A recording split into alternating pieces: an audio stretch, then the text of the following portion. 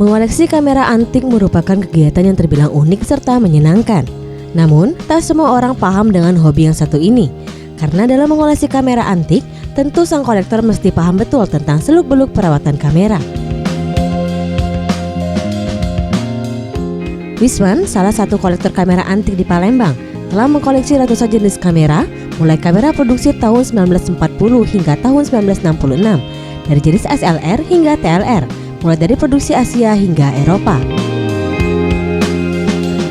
Menurut Wisman, merawat kamera antik susah-susah gampang, di mana para kolektor harus rajin membersihkan koleksinya dari debu minimal 2 minggu sekali dengan menggunakan kuas. Menggunakan silika gel di tempat penyimpanan kamera agar terbebas dari kelembapan udara, serta rutin menjemur kamera agar terbebas dari jamur, paling tidak 1 bulan sekali. Namun yang terpenting adalah menjaga koleksi tetap kering karena lensa pada kamera antik rentan dengan jamur.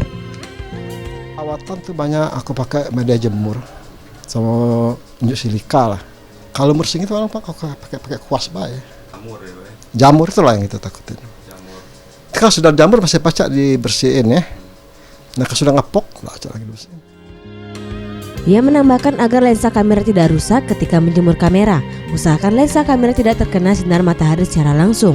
Dapat dengan cara ditutup, dilepas atau dibalikkan menghadap berlawanan dengan sinar matahari. Pratama, Sriwijaya TV.